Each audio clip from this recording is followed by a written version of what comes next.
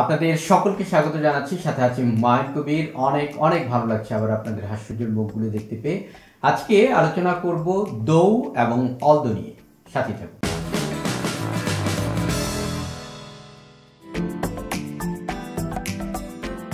দৌ অথবা অলদো এর মানে হচ্ছে যদিও, অর্থাৎ যে বাক্যটি দেয়া থাকবে তার বিপরীতার্থক একটি কথা আপনাকে লিখতে হবে।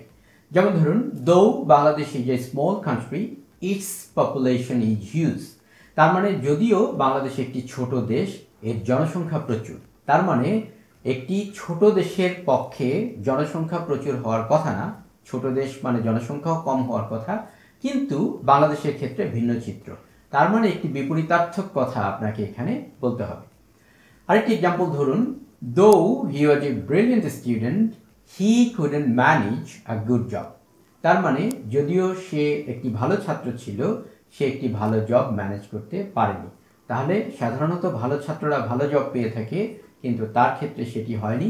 বিপরীতার্থক একটি কথা বলতে হবে। ধরা যাক, দে played well though they didn't win the match. তার মানে যদিও তারা ভালো খেলেছিল, কিন্তু ফাইনালি তারা জিততে পারেনি। কারণ ভালো খেললে তো জেতার কথা, কিন্তু এখানে সেটা হয়নি। অর্থাৎ একটি বিপরীতার্থক কথা আপনাকে এখানে বলতে হবে। আর দৌ অথবা অলদো সেটা শুরুতে বা মাঝে ব্যবহার করা যেতে পারে, কোনো সমস্যা নেই। আরেকটি কথা, সেটি হচ্ছে দৌ কোথায় ব্যবহার করতে হয় আর অলদো কোথায় ব্যবহার করতে হয়। আগেকার দিনে এটা মেনটেন করা হতো, অর্থাৎ অলদোটা ব্যবহার করা হতো শুরুতে আর দৌ ব্যবহার করা হতো সেন্টেন্সের মাঝখানে। কিন্তু আধুনিক ইংলিশে এটা আর মেনটেন করা হয় না। আপনি যে কোনো জায়গায় দৌ অথবা অলদো ব্যবহার করতে পারেন, কোনো সমস্যা নেই। আর যেহেতু অলদো লিখতে এই অ্যাল অতিরিক্ত দিতে হয়, সুতরাং আধুনিককালে মানুষেরা অলদের ব্যবহার কমিয়ে দিয়ে দৌটাকেই তারা সব জায়গায় ব্যবহার করেন, সেন্টেন্সের শুরু বা মাঝখানে। যাই হোক, চলুন আমরা এক্সাম্পল দেখি। এক্সাম্পলের মাধ্যমে আমরা আরো ভালো বুঝতে পারব। দো শি ওয়াজ টকটিভ, যদিও তিনি টকেটিভ ছিলেন, I was prepared two be an attentive listener. আমি একজন অ্যাটেন্টিভ লিসনার হওয়ার চেষ্টা করেছিলাম। তাহলে এখানে দেখুন, একটি বিপরীতার্থক কথা বলা হচ্ছে। যদিও she was talkative, though she was talkative, যদিও তিনি টকেটিভ ছিলেন, বাচাল ছিলেন, I was prepared two be an attentive listener. আমি একজন অ্যাটেন্টিভ লিসনার হওয়ার চেষ্টা করেছিলাম। সাধারণত যেটা হয়, কোনো মানুষ অনেক বেশি কথা বললে তার সাথে আমরা বেশি কথা না বলে চুপচাপ সেখান থেকে কেটে পড়ার চেষ্টা করি। কিন্তু এক্ষেত্রে রাইটার বলছেন যে আই ওয়াজ প্রিপেয়ার্ড, আমি প্রস্তুত হয়েছিলাম to be an attentive listener, খুব মনোযোগী একজন শ্রোতা হওয়ার চেষ্টা করেছিলাম। She has completed the assignment, তিনি তার অ্যাসাইনমেন্টটিকে কমপ্লিট করেছিলেন। Though she has no laptop, যদিও তার কোনো ল্যাপটপ নাই। তাহলে এক্ষেত্রে তিনি একটি এক্সকিউজ দিতে পারতেন যে আমার তো ল্যাপটপ নেই, আমি কী করে অ্যাসাইনমেন্টটি কমপ্লিট করব, কিন্তু সেটা তিনি দেননি। She has completed the assignment, তিনি কমপ্লিট করেছিলেন অ্যাসাইনমেন্টটি। দো, যদিও শি হ্যাজ নো ল্যাপটপ, যদিও তার কোনো ল্যাপটপ নাই। তার মানে বিপরীতার্থক একটি কথা বলা হলো। দো he is a boy of 12, যদিও সে একটি 12 বছর বয়সী ছেলে, he cuts wood like a man, কিন্তু সে একটি পূর্ণাঙ্গ পুরুষের মতোই আপনার কাঠ কাটে। তার মানে এখানে একটি বিপরীতার্থক কথা বলা হলো। আরেকটি প্রশ্ন আপনাদের মনে আসতে পারে, সেটা হচ্ছে দো বললে কিন্তু বাংলায় কিন্তু চলে আসে, কিন্তু ইংরেজিতে লেখার সময় মাঝখানে আর বাট ব্যবহার করা যাবে না। কেন যাবে না? কারণ দো আমরা ব্যবহার করি কমপ্লেক্স সেন্টেন্সে আর বাট ব্যবহার করি কম্পাউন্ড সেন্টেন্সে। তাহলে দুইটা কনজাংশন যেটা দুই ধরনের সেন্টেন্সে ব্যবহৃত হয়, সেটা যদি আমরা এক ধরনের সেন্টেন্সেই ব্যবহার করে ফেলি, তাহলে সেটা আপনার সেন্টেন্স নির্ণয় একটি ঝামেলা তৈরি হবে। সুতরাং দো ব্যবহার করলে মাঝখানে বাটের পরিবর্তে আমরা কমা ব্যবহার করি, এই জন্য আমরা বাট ব্যবহার করি না।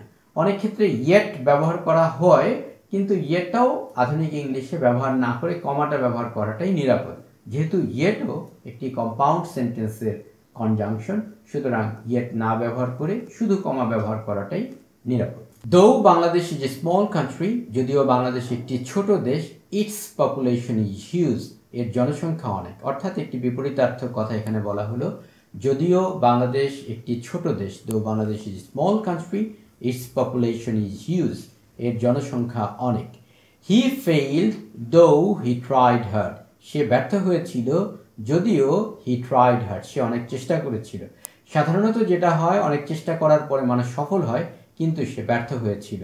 অর্থাৎ আপনি সব কিছুই যে একদম পরিশ্রম করে অর্জন করে ফেলবেন সেটা নাও হতে পারে। হি ফেইল্ড, সে ব্যর্থ হয়েছিল, দো হি ট্রাইড হার্ড, যদিও সে অনেক চেষ্টা করেছিল। পরের এক্সাম্পলটিতে যাই। দো আওয়ার ফার্মার্স ওয়ার্ক হার্ড, যদিও আমাদের ফার্মাররা অনেক পরিশ্রম করে, they lead a measurable life, তারা একটি মেজারেবল লাইফ, একটি দুঃখজনক বা একটি শোচনীয় লাইফ তারা লিড করে। তার মানে পরিশ্রম করলে তো মানুষ একটি রিচ লাইফ লিড করার কথা, কিন্তু আমাদের ফার্মারদের ক্ষেত্রে সেটা হয় না, তারা শুধুমাত্র পরিশ্রমই করে যায়, বিনিময়ে তারা কিছু পায় না। পরের এক্সাম্পলটি দেখি। দো আওয়ার লাইফ ইজ শর্ট, যদিও আমাদের জীবন খুবই সংক্ষেপিত, we have many duties to perform, আমাদের অনেক কিছু করার আছে, আমাদের অনেক কাজ করার আছে। তার মানে লাইফ শর্ট হলে তো কাজও শর্ট হওয়ার কথা ছিল, কিন্তু তা নয়।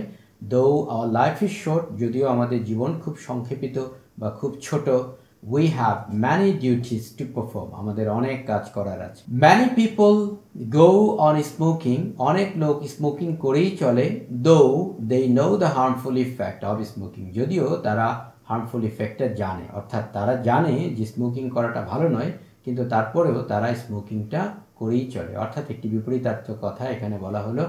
Many people go on smoking, অনেক মানুষ স্মোকিং করেই চলে, though they know the harmful effect of smoking, অর্থাৎ তারা জানে যে স্মোকিং করাটা ভালো নয়, এটার হার্মফুল ইফেক্ট রয়েছে, তারপরেও তারা স্মোকিং করেই চলে। দো হি ইজ রিচ, যদিও সে ধনী, হি ইজ আনহ্যাপি, কিন্তু সে আনহ্যাপি, অর্থাৎ সে ধনী হওয়া সত্ত্বেও আনহ্যাপি। তাহলে though he is rich, rich হলে তো মানুষের সুখী হওয়ার কথা, কিন্তু সে সুখী নয়, একটি বিপরীতার্থ কথা এখানে বলা হলো। পরের এক্সাম্পলটি দেখুন। Though he seems to be smart, যদিও তাকে স্মার্ট মনে হয়, his language is just horrible, তার ভাষা জাস্ট হরেবল মানে খুবই বিশ্রী। তাহলে though he seems to be smart, এখানে বলা হচ্ছে একটি পজিটিভ কথা, তাকে স্মার্ট মনে হয় বা তাকে স্মার্ট মনে হলেও his language is just horrible, তার ভাষা খুবই শোচনীয়, খুবই হরেবল মানে খুবই বিশ্রী। তার মানে একটি বিপরীতার্থক কথা এখানে বলা হলো। অর্থাৎ দো অথবা অলদো যখন ব্যবহার করা হবে তার বিপরীতে আপনাকে একটি বিপরীতার্থক কথা বলা হবে, যা বলা হবে তার বিপরীত বলতে হবে। কারণ যদিও বললেই আমাদের মাথায় একটি কনসেপ্ট চলে আসে বিপরীতার্থক একটি কথা বলার, আর এক্ষেত্রে আপনাকে অবশ্যই অর্থ অনুযায়ী যেতে হবে।